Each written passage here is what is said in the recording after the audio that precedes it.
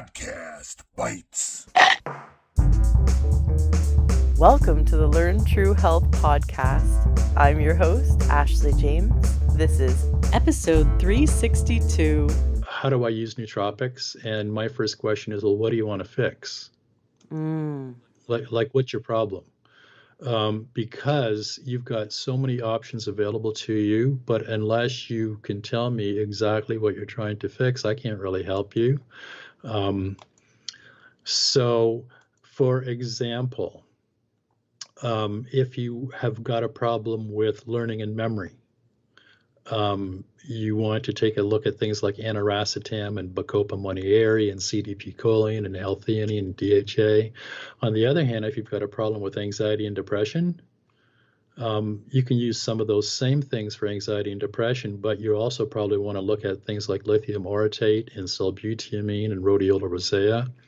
Or if you've got a problem with energy and motivation, you want to look at things like acetyl-L-carnitine and alpha-lipoic acid and CoQ10 and PQQ. So it depends on what you're trying to fix. And so that's a starting point. Another thing that I find out from people is, are you already using some kind of, like if you're dealing with depression, are you on medication? And if you are on medication, what are you using and is it working for you? And if the answer is I'm on an SSRI, then we find out exactly what's the mechanism of action of that SSRI. How exactly does it work in your brain? And let's find a natural substance that does exactly the same thing in your brain so that people can start lessening their dependence on that prescription drug. The same thing with ADHD and ADD. You don't have to use stimulants. A lot of people can get away with not using them.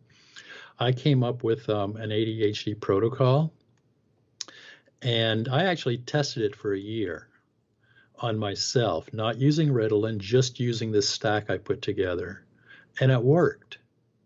Under normal circumstances, I could have just used the things that I've got 1, 2, 3, 4, 5, 6, 7, 8, 9, 10 things in my stack. I used those for a year and I was fine, but I found that my workload and at my age, I just found that I couldn't handle my everyday workload without the help of a stimulant, so I started using Ritalin again. But I still use this stack.